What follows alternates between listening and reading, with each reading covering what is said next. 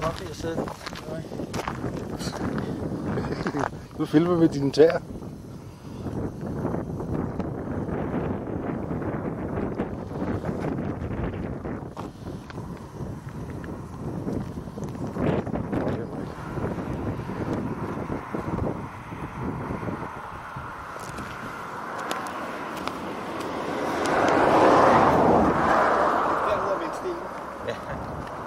Så kunne vi skåre spanden op af den. Der må også være frugt i miljø dernede. Ja, det er der også.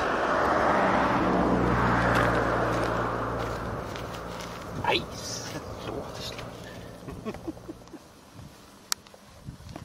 Skal du ikke tage den døde sted for, Henrik? Jo, det er sgu faktisk nemmere. Det gjorde jeg hjemme hos Arne en gang.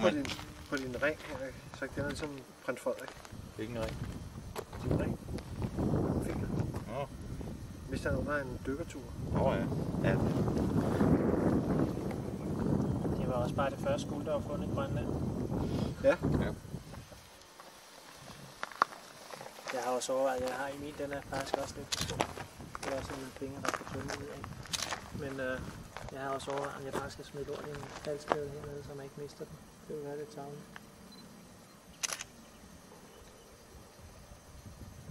Ja. Og så vil det også have blade. Jeg kan ikke blive forstået til hjemme, så nej. Okay. Det er ikke. Langvejsfra. Ja. Nu laver Jan sjov optagelse, tror jeg.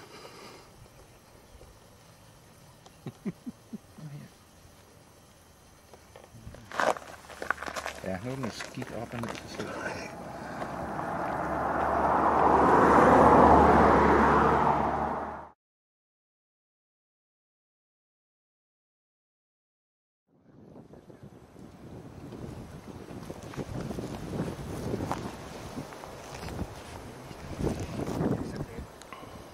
Den er jo net nok at holde i nakken. Åh, okay. Jamen, så skal vi tage den nu, eller hvad? Ja, hvordan kan vi... Jamen, op på grusbank har du en. Jamen, der er en. Ja. Har lige et øjeblik. Så når jeg... vand? Hvad så? Det er også ikke sådan. Nej. Det er næsten ikke til at få det. Ja.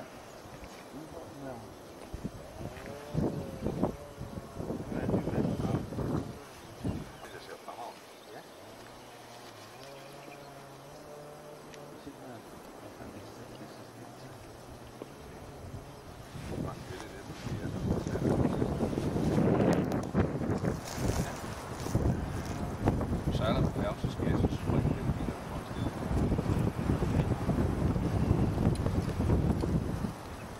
Der er ikke ud på den, der er kedeligt. Jan, hvis han offentliggør et foto af mig, så skal jeg lige om det klip, jeg kan sende til øje. Det er det rene vand. Du kan ikke. Så stik den op i hullet, så rører det. Ja. Vi startede det, Henrik spurgte dig, om vi skulle gøre det sammen. Nu er der det videolort. Ja, vel det. Farvel, god weekend. Hvor fanden er min sauce? Hvad skal du? Hold nu op med det. Skal du have en nøgle med, Henrik? Nå ja. Det er første gang, jeg er blevet bidt af sådan en her. Han er mortytus. Nej. Og der kommer 2 bundekroner. Men det er Ja, da frisk. det- Det er da der frisk. kommer der 5. Og så bekymrer sig om, hvor ens shorts er bag.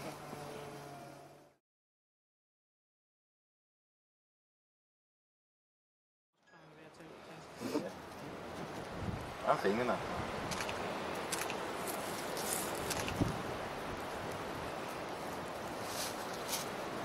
Det er ikke smukt.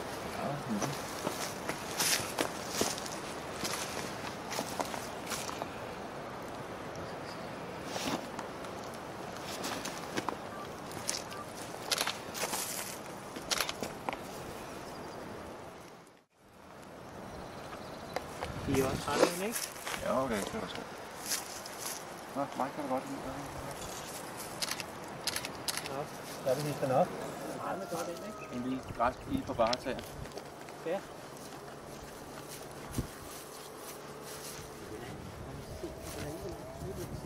For det er også det, der er meningen. Der er undersøgelser lavet på den fra det tasken, tror jeg. Det er i hvert fald en spansk pågår med uden stribe der, de er de ser stadig mere fugle. Eller modeller af sådan noget.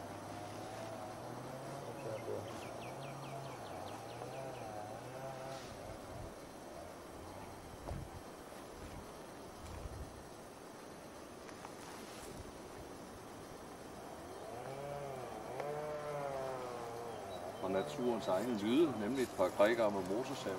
Så alt er, som det skal være. Ja.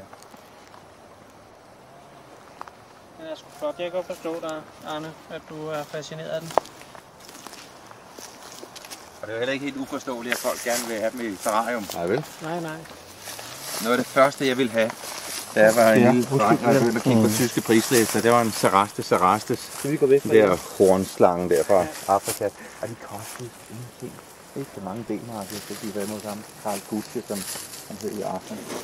Og det var fascinerende. Ingen plads til den her nem holde, og man kan få sådan en lille suspinde, som kan det. Jo, men der er jo folk, der flytter til Sverige for at få lov at... Ja, goddag.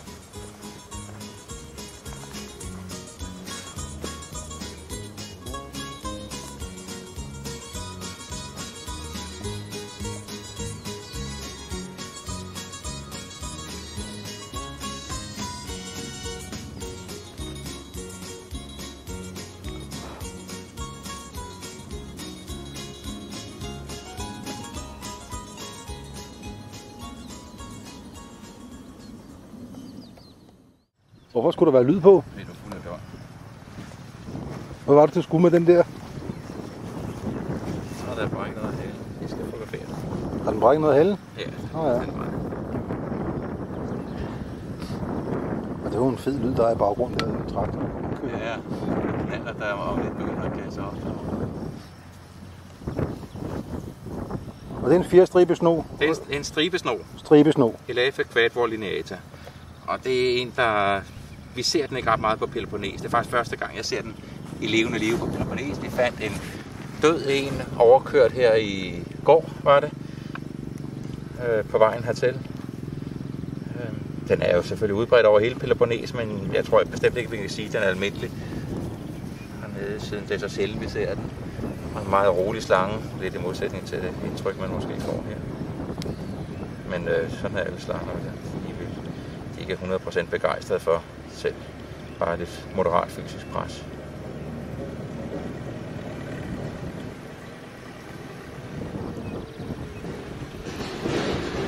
Og det lever udelukkende af mus og... Nej, der er jo ikke sådan noget udelukkende, men altså det er mus og fugle og den slags, ikke? Der er nogen, der holder en fangenskab derhjemme? Ja, den er ret nem at opdrætte, tror jeg. Relativt, tror jeg. Men den har, I kan se, at den er ikke vanvittigt stor, den her, men altså, den bliver jo noget større. Stribesno, men den har alligevel sådan et mønster med nogle sadler, altså pletter på ryggen, ikke? Det var det, som den lille unge havde for den dag, vi fandt, ikke? Det var lige kun præcis, helt plettet, jo. Det var en unge. Den har det tydeligt. Den her, den er ved at miste de sadler, og så forsvinder det helt som voksen? Ja, som helt udvoksen. Altså, den er jo nok kønsmoden, så vi kan jo godt kalde den voksen, ikke? Løft hovedet, Sophus. Smil til fotografen.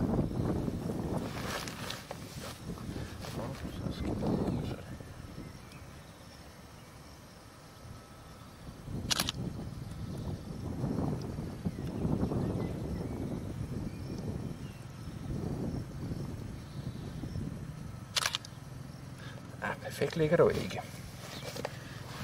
Ja, det var bedre. Det var ikke bedre.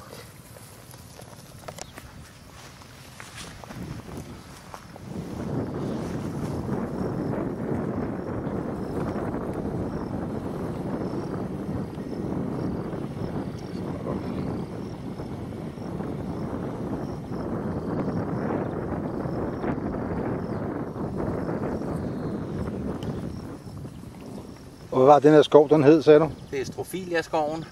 Den ligger lige ved byen Kalogria. Og det er det nordvestlige Peloponnes, et meget unikt naturområde.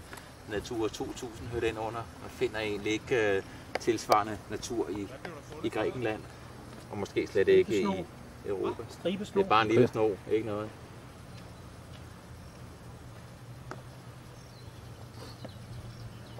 Var det en stribesno? Nej, det er bare en rudesno. Men det er da også meget sjovt. Jeg har en fantastisk flot. Og den var så nem at så fange. Jeg turde ikke at fotografere. Der må dyttes i mine bukser, det er jo fint. Det er fint. Og den lå sådan her, i sådan nogle vendinger. Ja, samme sted som vi finder Ammodytes. Samme sted som vi finder Ammodytes, ikke?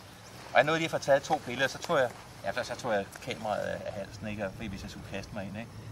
Og så da jeg tog grenene til side, så ærgerede jeg mig over, at jeg havde taget kameraet af halsen, fordi jeg kunne lige stå og fotografere, men så slog jeg selvfølgelig hånden ned over. Jeg vidste, du ikke ville tilgive mig, hvis jeg var stukket af, og Jeg kunne høre, hvad der blev råbt. Men du kunne høre mig. Jeg råbte Arne. Men jeg stod lige med den hugger med det samme. Nå. Og var ved at feste den op i rygsækken. Ja. Så jeg kunne ikke lige... Og det var så nemt lige at slå hånden ned. Tamme. Og det vil sige, altså han legede jo ikke med dem, men altså de blev sgu bare siddende, og når han gik derhen.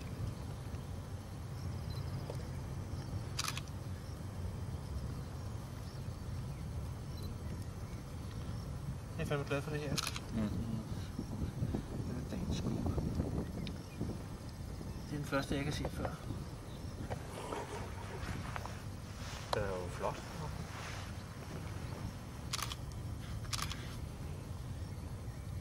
Jeg tager så mange billeder, jeg er ikke så skidt ud til det.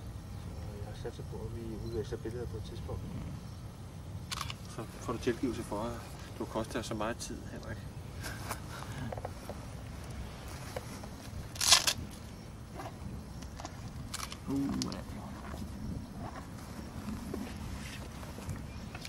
Skal jeg ikke stikke fingeren ned i den rigtige lomme, eller forkerte lomme? Så var I jo helt overstaget, så laver du en brøle.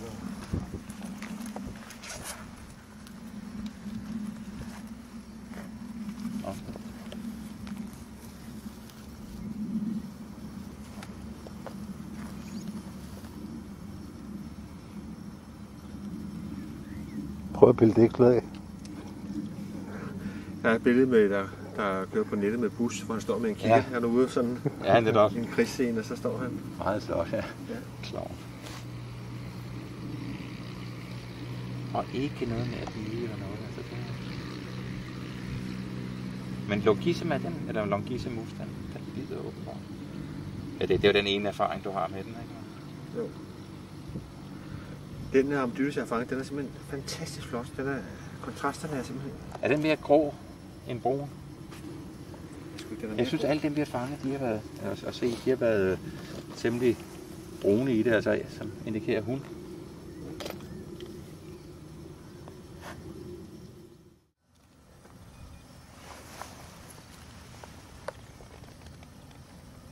Oj. Så er den død. Ja, Hvad spiller du der?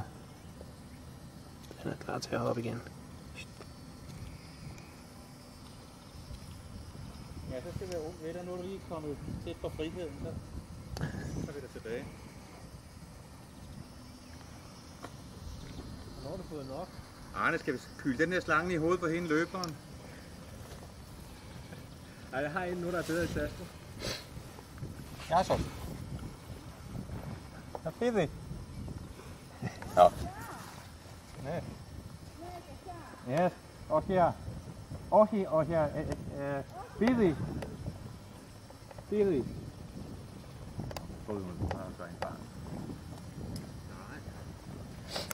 Nu vågner han ned i bukserne. Stærkt fattersymbol.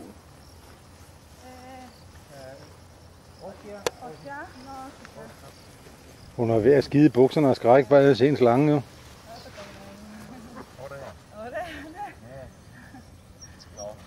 Konstriktoren så. Jeg havde regnet med, at hun ville bygge og strige.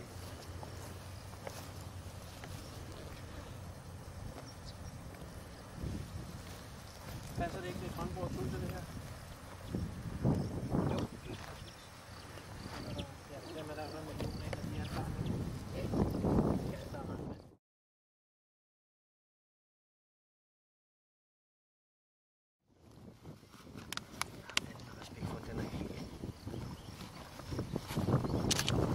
Skal du huske at tage den ud, hvis det er børn til skole til at stå lån? Nej, den er flot. Nej, den er flot, ja. Hold da kæft. Det er den rigtige hand, ikke? Jo, det er det.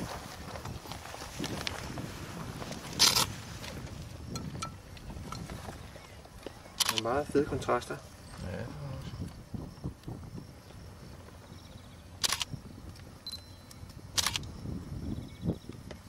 Nå, den her, jamen skal vi se, ja, den kommer lige ned i posen.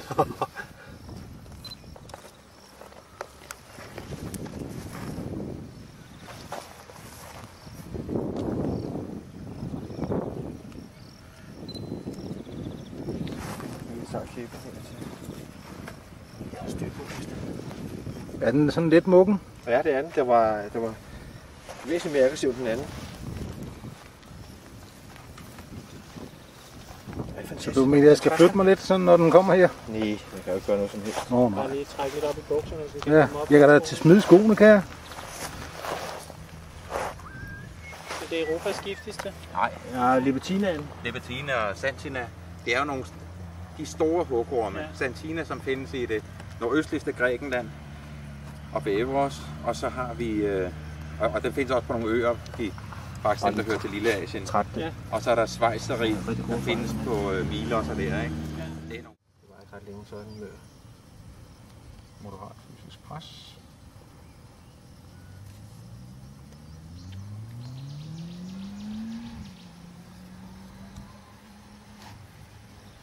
Det her skal altså ikke op i hænderne.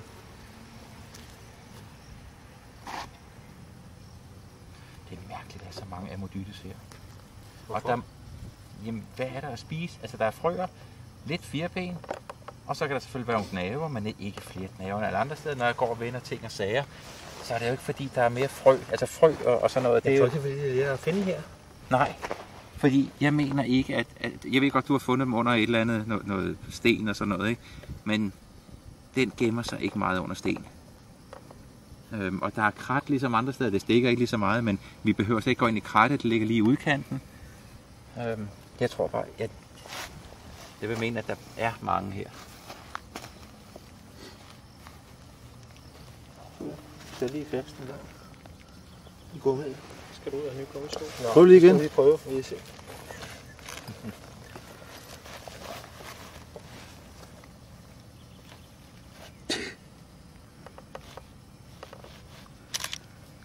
Nå, nu skal jeg næsten spille den ud. Den er godt nok aggressiv. Ja, den er...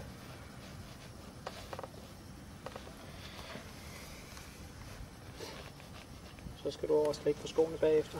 Ja, så skal jeg lige få en lille rus. Det gør man jo. Det er jo det, der er godt.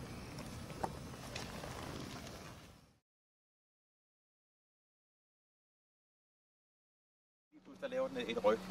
Den er så som om den at jeg har fuldstændig kontrol over det, men det... Det har du vel også? Ja, men kun hvis jeg koncentrerer mig om den her skiderik. Hvis jeg begynder at slappe af, og jeg tror nu har den opgivet alt, så pludselig så laver den et eller andet. Nu skal vi se, hvilke kæber der. Den er lavet til at holde fast, ikke? Den er lige ved at stå og hive mig i banditten, dog. Det var Otto, der gjorde det.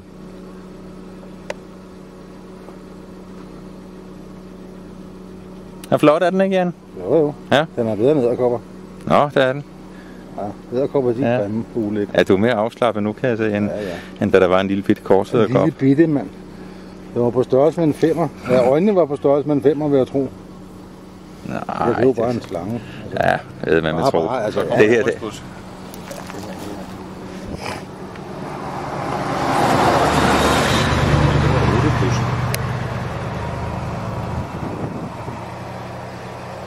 Er der ikke en, der går ind og ser min fototaske? Jo. Så...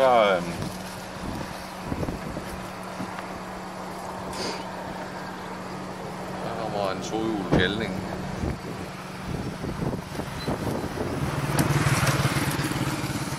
Men Hænger, skal vi ikke sætte den af deroppe og så? Vi skal ikke lave meget med den, vel? Altså, alt det der fotoseance på en halv time, det er Nej, ikke... jeg skal bare have nogle billeder. Det Ved der, du det er hvad, en Henrik, nu vil jeg lige sige en ting. situationsfornemmelse, der er. Henrik, jeg vil lige sige en ting til dig. Ja, Det der med fotostance på en halv time, det er dig. ja. Altså, Ja, det vil jeg godt, Så ja. hvis du bare regulerer Ja. det, så skal Men vi jeg, op. jeg vil godt have noget hjælp nu med min foto. Så hvis I gider at åbne den taske der, ikke? Ja. Kan du skifte objektiv? Er du ikke? Nå, okay, så skal jeg meget.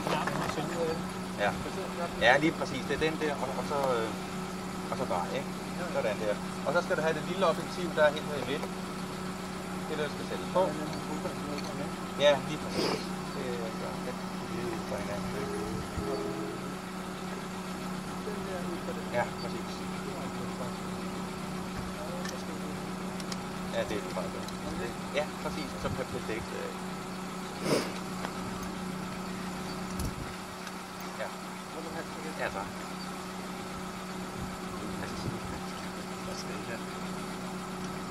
Kan du ikke holde kroppen? Nej, vi... Ja, det er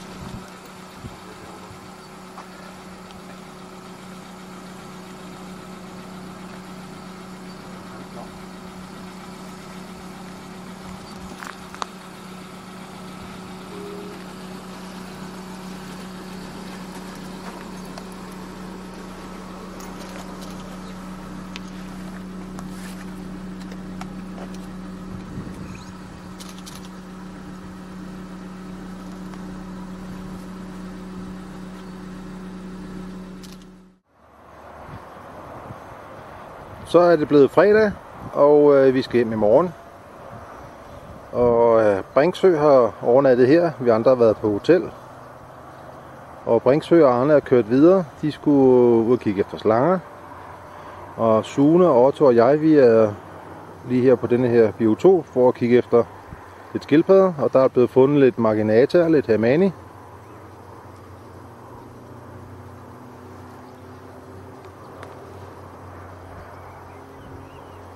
Typisk biotop for landskildpadder.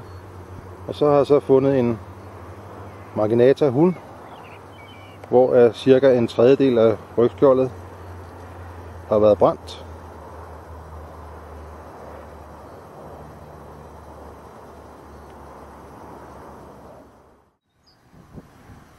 Det er tydeligt at se, at det er en gammel sag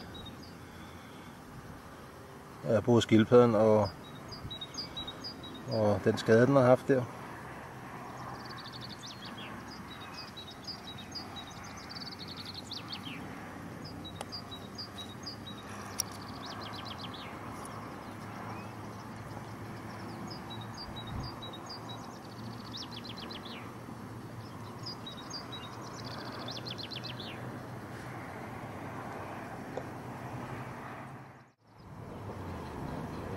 Buskjoldet er der ikke sket så meget med.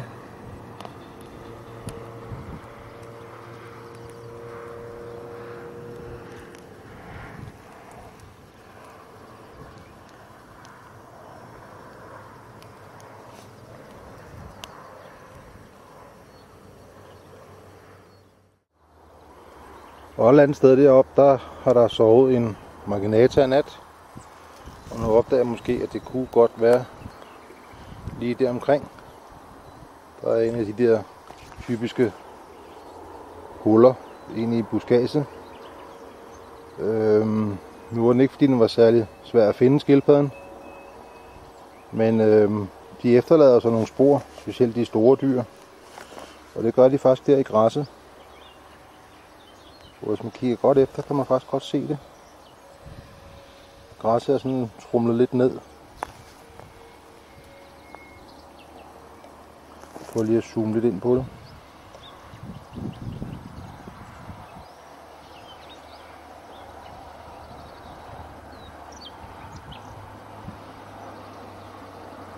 Og hvad ligger der så der? Der ligger en marginata. Nu var det ikke, fordi den var specielt svær at se jo. Sådan midt ude i ingenting her, midt på græsplænen. Men den er jo så ude at få lidt morgenmad. Og det kunne meget nemt være gule blomster, da de ofte er meget glade for gule blomster.